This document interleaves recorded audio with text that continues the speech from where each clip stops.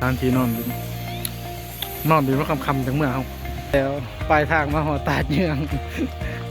เว้ากระทวิตคือได้เดี๋ยวกอบสุบยา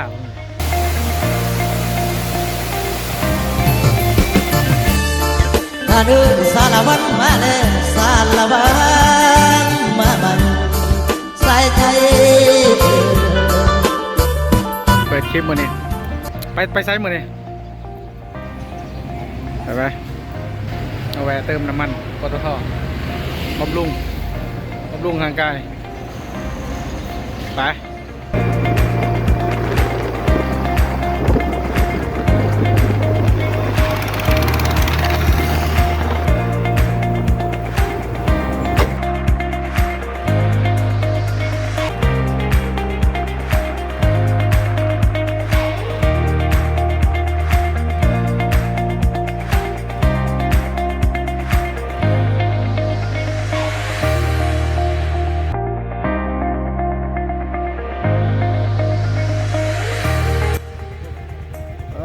กุ๊กเนี่ยกุ๊กปลูกม่วงเว้ยกุ๊กอย่างกุ๊กยังวะเป็นอุ่มดีเนาะ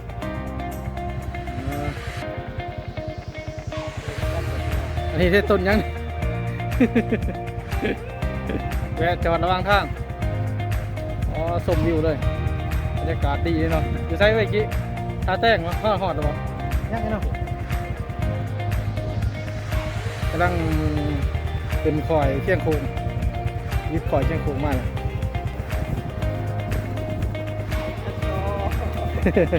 ลยไป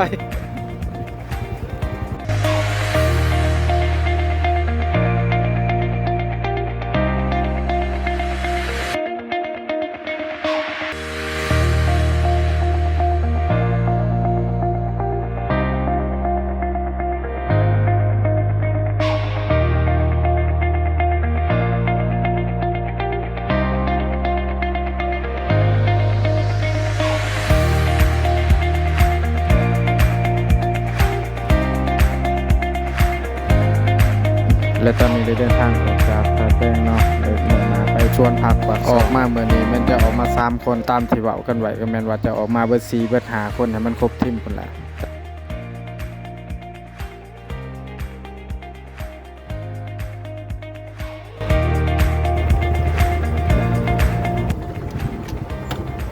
หอดแล้วป่ะนี่ตอนนี้มาหอดตาแป้งฟาร์มรีสอร์ทบรรยากาศดีแห่ง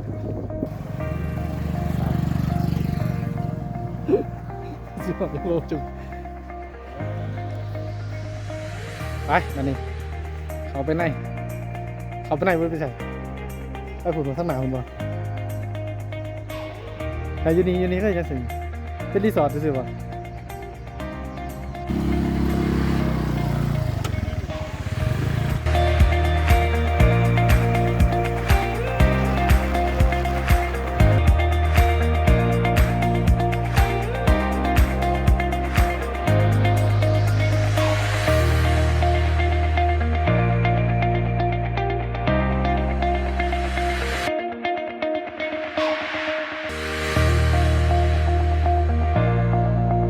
และตอนนี้ก็ได้เดินทางมาหอดสวนพักไปที่เรียบร้อยเนาะและสุดท้ายก็ได้ผิดแผนนี่เนาะ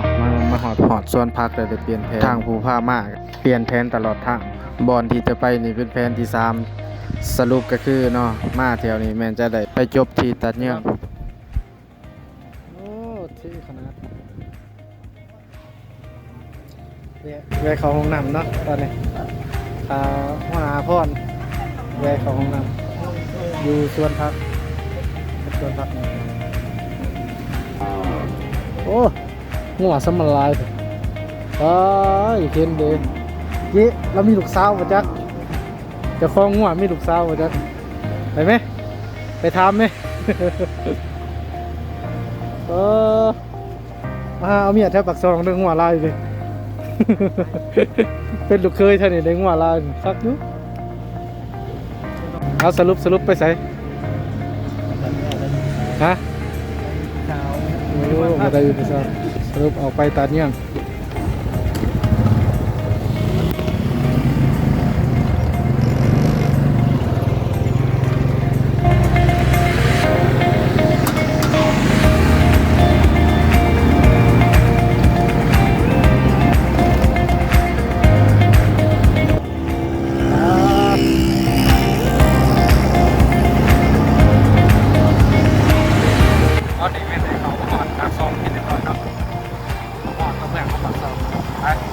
แต่ว่า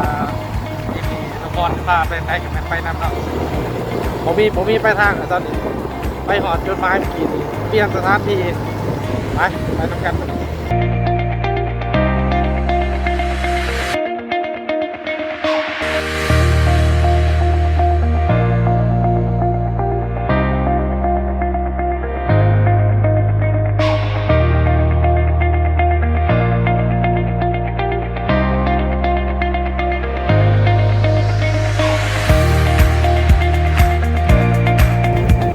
มาหอดเรียบร้อยเนาะ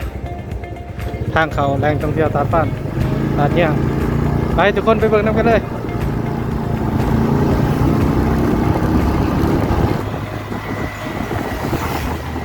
ทางลงเป็นข่อยลงไปเนาะประมาณ400 เมตรมาแรงท่องเที่ยวตาดเนี่ยง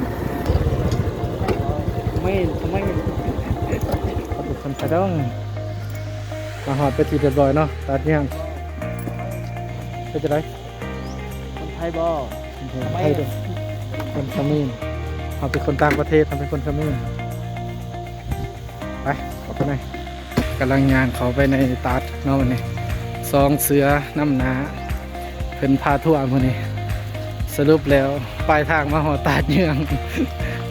เว้ากัทวิทย์คือได้ที่สวนพักไปหอดสวนพักก็เปลี่ยนแผนต้องฝนตกแต่งเนี่ยต้องประแดดคากี้ขันอยู่เพื่อนมามีค้อนเพิ่นเมื่อกระไรจักอันเด้อเนี่ยใส่ตบบ่ฝนตกแต่งสวยงามนะได้อยู่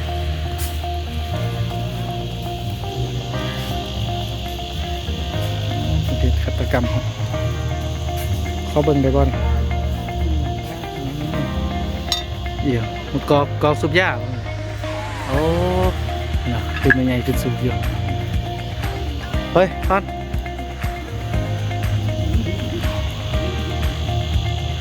ขายราคาเท่าไรนี่โอ้50,000เนาะ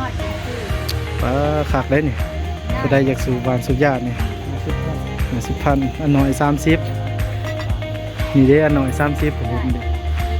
โอ้40,000ล้วนๆเนาะ40,000คนบ้านเฮาเองได้ไปมาหาแวกะซื้อเมื่อไรโอ้ยเนี่ยต้องประแดกได้ผ่อนเบาวะสิสาดไว้นี่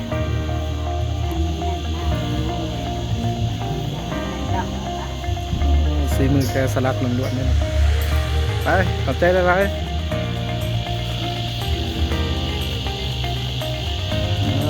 เงียบดีเนาะเงียบสงบดีว่ะ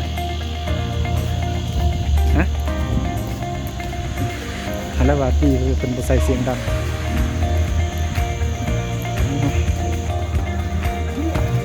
เอานะ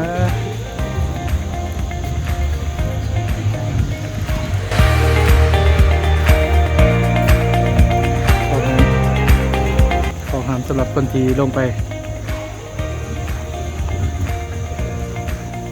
กี้เขาหามถือปืนย่างปืนสันถือใดปืนสันถือลงใดเป็นอย่างหามถือ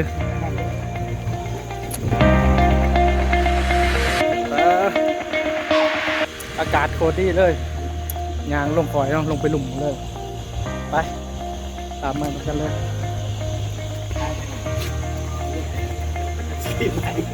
มา3 คนซื้อเดียว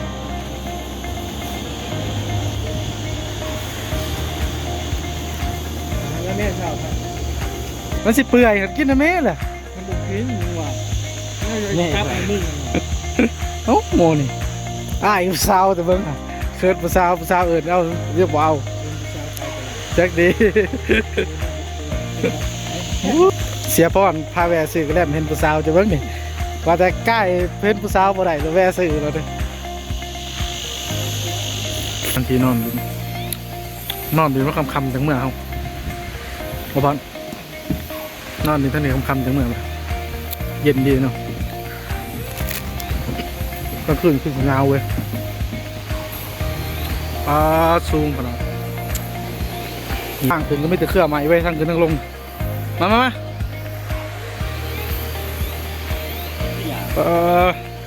ทางลงกุสันแห่งเลยโอ้ โดดตีลังกาเลยติ ตีลังกาเลย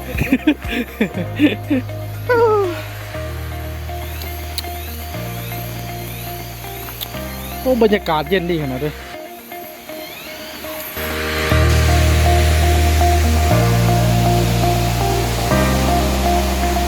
ก็น้ำตกสวยงามเลย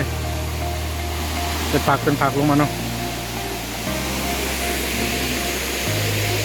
นี่เป็นบอลจุดผักชมวิวเนาะก็วิวอยู่นี่คืองามแฮะ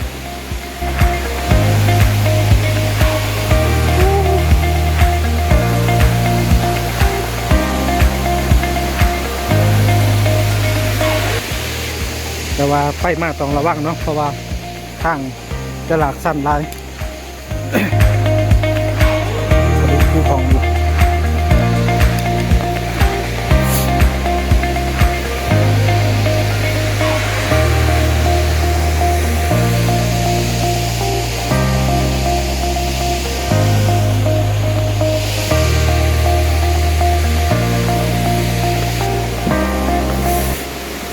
นี่เป็นอีกจุดหนึ่งเนาะบอลที่นักท่องเที่ยวเพิ่นมายืนชมวิวอยู่นี่วิวคืองามแห่งได้ยินมา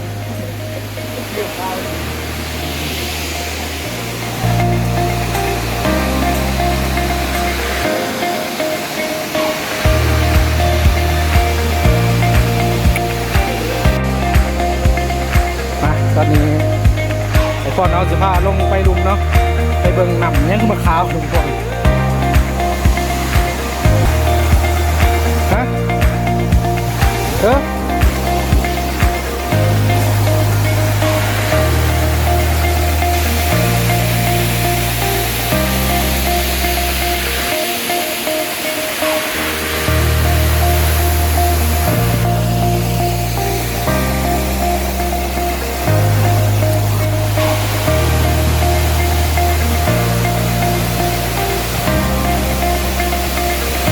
ออกมาหอตาเยี่ยงเรียบร้อยเนาะโอ้ตาดีพี่เย็นแห้งอยู่ทุกคนเลย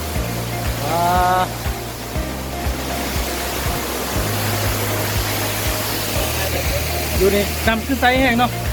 อากาศโคตรเย็นเลยนักท่องเที่ยวมาเที่ยวร้ายขนาดนี่ก็คนทางไหนนี่คนไทยเพราะอะไรคอมเมนต์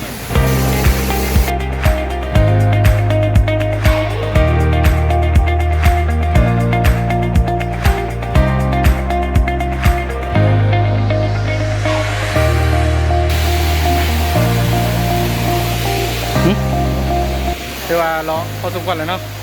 อันนี้ก็จะได้ออกจากสถานีทันทีนี่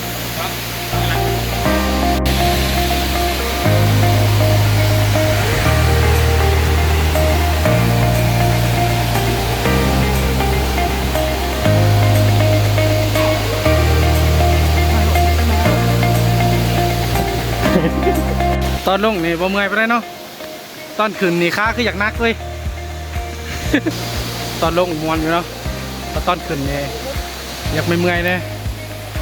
ดีแต่ว่ากินเขาพอดีม้วนกินเขาไปกินเขานี่บริขึ้นเลยนะตอนนี้ก็ได้ขึ้นมาฮอตถึงไปทีเรียบร้อยเนาะโอ้นั่งเศร้าเมื่อยตอนลงมวนอยู่แต่พอตอนขึ้นตีกีฬาขี่เรือขึ้นครับคันบอพิษแพนกับที่สีออกเดินทางกลับเนาะหาพิษแพนนี่เขายันทำหอดปักเซ่เลยประจักษ์ไปตาเบิ้งน้ำกันดีวันนี้มาตอนนี้ก็กำลังย่างขึ้นเมื่อเนาะไปตามแผนออกกันนี่พาคิดเขาเลยแม่นเมื่อคันแผนบ่ผิดพลาดบางคนผู้ออกแผนเนาะผู้นี้แม่นคนคิดผู้นี้พาไปสรุปแล้วผู้นี้พาทั่วไปทางธมิตรก็ว่าสิแวะสวนพักท่าแตงสวนพักปากซองบนท่าแตงสัตว์พับมาหอตาดเนื่องไป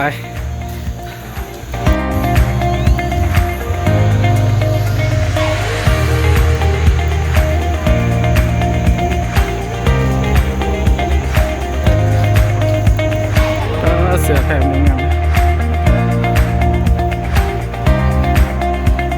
งามเว้ยติด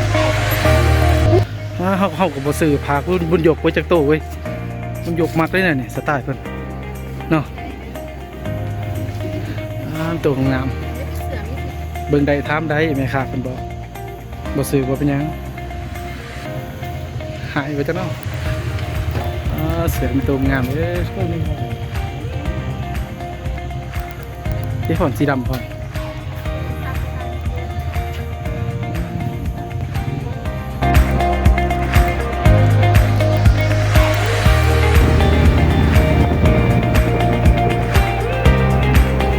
โอเคแล้วตอนนี้ก็เดินทางออกจากตาดมาที่เรียบร้อยเนาะกสิมุ่งหน้ากลับไปสะร้อนขึ้นเนาะวันนี้กลับเมื่อทางเก่ามาเส้นทางปากซองไปกันเลย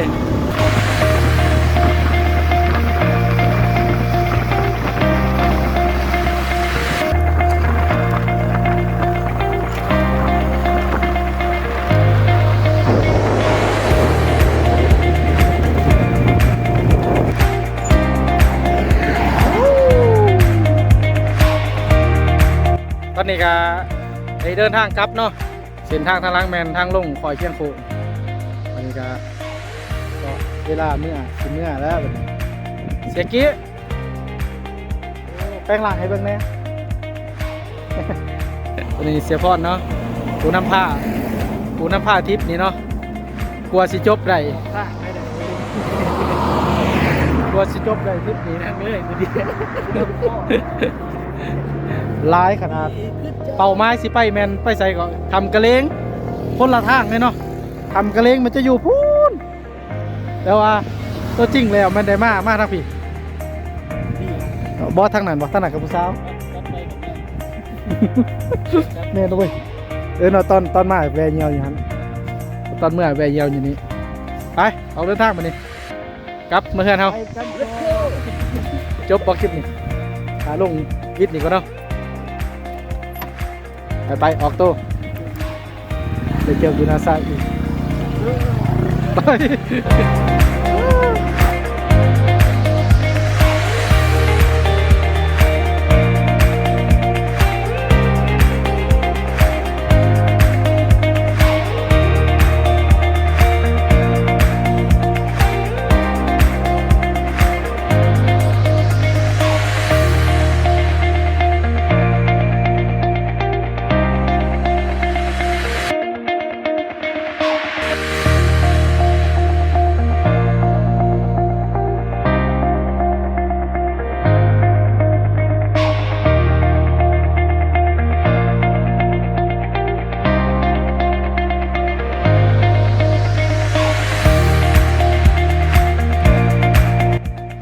วันนี้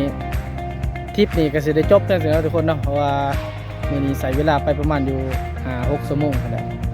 สุดท้ายตอนนี้ก็ลงมาหอบ้านนาไซเนาะ